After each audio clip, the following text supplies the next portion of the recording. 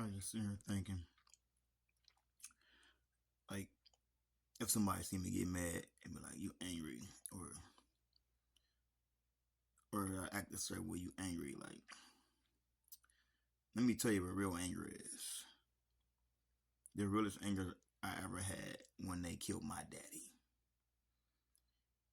I be looking at some of y'all really get mad, this and that, talk about y'all parents and this and that, what they doing, all this and that, and they be still alive. My father did a lot of messed up things in my childhood that I didn't even know about. Some things I might have had a glimpse of or thought I might have known. But the fact that he got murdered, I couldn't address that to him. I didn't get the opportunity that some of the opportunities some of y'all have. And sometimes it really be pissing me off when people be like,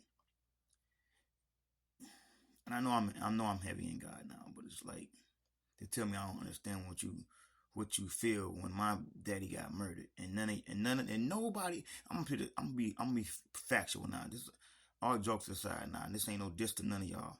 Ain't none of the people I know I grew up with. Not none.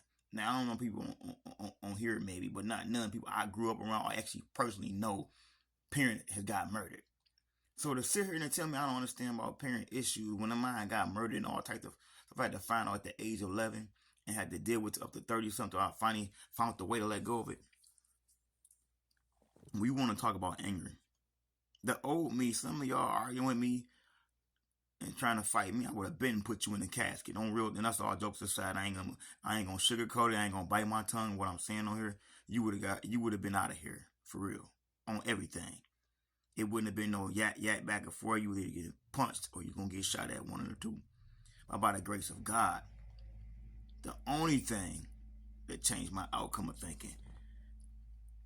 Therefore, I'll be around some of y'all. I'll be like, nah. That's why I try to tell you to chill out, calm down, because I really been through some real stuff for real. I really been locked up because my attitude wouldn't get the best of me. I really kept violating my probation with no care and no worries about what's going to happen. I really walked around where I don't care about dying mentality.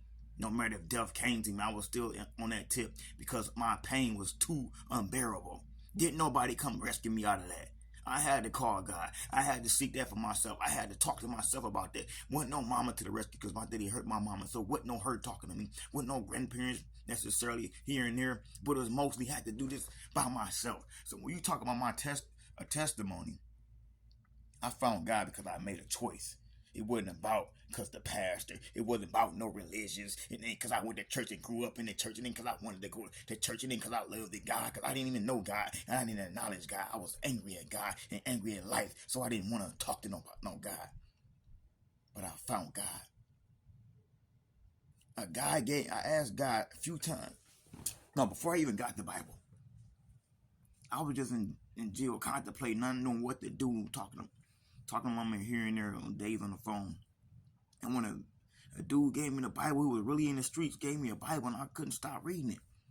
And I'm by myself reading this. I'm in jail surrounded by a lot of people talking about this. We talking about girls and this and that, but I really wasn't that concerned about those things as I was the Bible.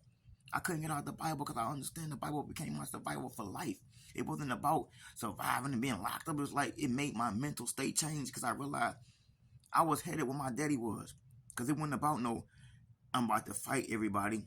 I didn't care about the police. I would have shot. I would have literally did something to them too because I felt they didn't do nothing for my father when he died. It was open, shut, closed case. So you can't tell me about feelings. You can't tell me about this and that. My testimony is not funny. My testimony is facts. It's factual. It ain't made up story. I wish I could be making up what I'm talking about, but I can't make up anything I ever spew to you out here out of my mouth when it comes to God. I can't make this stuff up.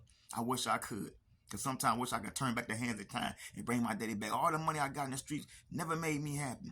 Waking up in nightmares, cold sweats. When you talk about what I went through and how you got, talking about how I get where I'm at, talking about I'm angry. You ain't seen angry. I was angry then. Beyond anger. That wasn't even anger, that was rage. I would have shot anybody. I wouldn't care if you were a relative or family, disrespect my daddy in any type of way. I went out to Milwaukee Wild. I checked family with my father, and he did a lot of messed up things because I feel like I'm the only one that can say that. I'm the only person, or my siblings, the only one that can say anything reckless about him because he had us. And he was whatever involved when he did to any party in this family. You can't say that. You wasn't near it. You wasn't part of that. So speaking on something like that, I had to really pray to God to give me strength for those things, because you don't know what I really went through. When I'm talking about God now, I'm trying to tell you about the Holy Spirit, I'm really trying to get you to another level, because I really went through some real stuff. I understand parent issues. I understand real pain. I understand what it feels like when you don't know what you're going to do. I understand like I got all the good grades in schools, but see, y'all, we talking about y'all did this and did that. Y'all was able to focus. I couldn't focus. I had no focus in school. Counseling didn't work. I tried that here and there in school. It didn't work. It didn't make me feel no better. Cause when somebody talking about something and they don't understand what you went through because they ain't been through it, then ain't no counseling to that unless you experienced it. Because sometimes people understand how I relate to certain people, because if they didn't have a lifestyle of mine, or they actually went through that same experience, then I can relate to them different because they understand my pain. So when you tell me I understand your pain as far as certain things, if it was in my household, don't ever tell me what I didn't understand. If I'm ministering to your body, that's why I'm ministering to your body, because I get you. But you ain't had your dad with a bullet to his head more than once. You ain't had hits on your pops. Or seeing the bag with your pops, the big bags, and the reason why he had to go. You ain't been through that, so you can't tell me about my testimony if that ain't your testimony. If this ain't no phony talk, it's real talk. I'm just grateful that God gave me sense to calm down, because if y'all talking about calm, y'all talking about anger, some of y'all ain't seen to have. Some of y'all arguing, trying to fight me and all that other stuff. Y'all would have been, I wouldn't care if you were a man or woman, you would have been had something happen to you.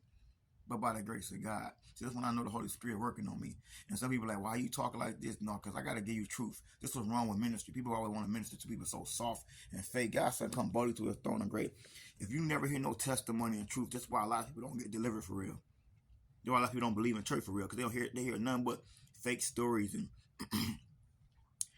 or people who ain't really been through nothing. We talking about, if you wouldn't know the glory of God, if I went to the and you ain't seen no jail cell, you ain't been shot at, you ain't had no sickness. I'm not saying nothing wrong when people you lose family members to sickness, but everybody go through that. Everybody goes through that.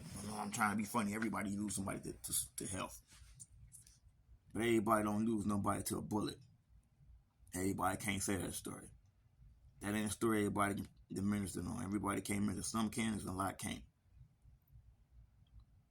But I'm just grateful for the walk I'm taking now, because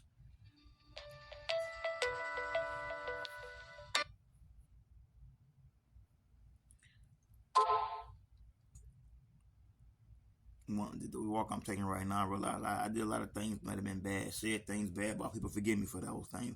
But this season, I ain't even trying to worry about no relationship seriously. Not trying to have sex with nobody, none of that. I'm really focused on my relationship with God, because I know I need more elevation, because God been elevating me spiritually. I've been dreaming like crazy, visions like crazy. I mean, they increasing to the point past when I was at church, past when I was around other people. It's like they on a whole nother high.